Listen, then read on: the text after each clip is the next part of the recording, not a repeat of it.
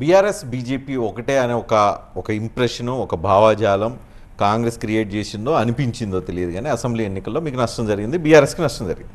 So ఆ పాపం దాన్ని తుడిపేసుకోవడానికి కవితను జైల్లో వేసేసారు. సో ఇప్పుడు పార్లమెంట్ ఎలక్షన్ కవితను మేం జైల్లో వేసామనే తప్పు. కవిత జైల్లో వెళ్ళడానికి తెలంగాణ రాజకీయాలకు సంబంధం లేదు. అదే కారణంతో కదా బీజేపీ బీఆర్ఎస్ ఒకటనే ఒక ఇంప్రెషన్తో అరెస్ట్ అంటే ఇప్పుడు అరవింద్ కేజ్రీవాల్ ఎందుకు అరెస్ట్ అయ్యిండు, ఇంకో ముఖ్యమంత్రి ఎందుకు అరెస్ట్ అయ్యిండు?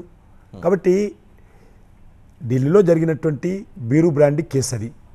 అక్కడ జరిగినటువంటి ఇన్వెస్టిగేషన్లో ఈమె ఆధారాలు దొరికాయి కాబట్టి ఈమె మీద ఇన్వెస్టిగేషన్ తప్ప తెలంగాణ రాజకీయాల నేపథ్యంలో తెలంగాణలో బీఆర్ఎస్కు అధికారంలో ఉందనో ముఖ్యమంత్రి కూతురు ఉందనో ఆమె మీద ఎక్కడ కూడా కేంద్ర ప్రభుత్వం కానీ ఏజెన్సీలు కానీ ఇన్వెస్టిగేషన్ అందులో తెలంగాణ భారతీయ జనతా పార్టీ కానీ తెలంగాణ రాజకీయాలు కానీ 1% కూడా సంబంధం లేదు.